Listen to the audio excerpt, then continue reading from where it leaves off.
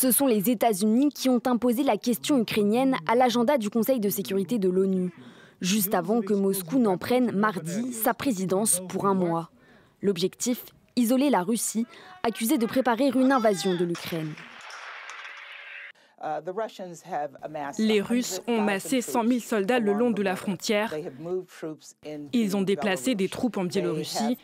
Ils ont continué l'escalade malgré nos efforts pour tenter de trouver une voie diplomatique. En parallèle, les Occidentaux brandissent la menace de nouvelles sanctions. Les parlementaires américains pourraient voter cette semaine une loi ciblant les banques russes et prévoyant le renforcement de l'assistance militaire américaine à l'Ukraine. Londres a aussi indiqué dimanche vouloir proposer à l'OTAN un déploiement majeur de troupes et de moyens militaires en Europe de l'Est. Mais Moscou continue d'exiger que l'Ukraine ne rejoigne jamais l'OTAN et que l'Alliance retire ses troupes et ses armes de l'Est du continent. Nous connaissons maintenant le prix des paroles de l'Occident.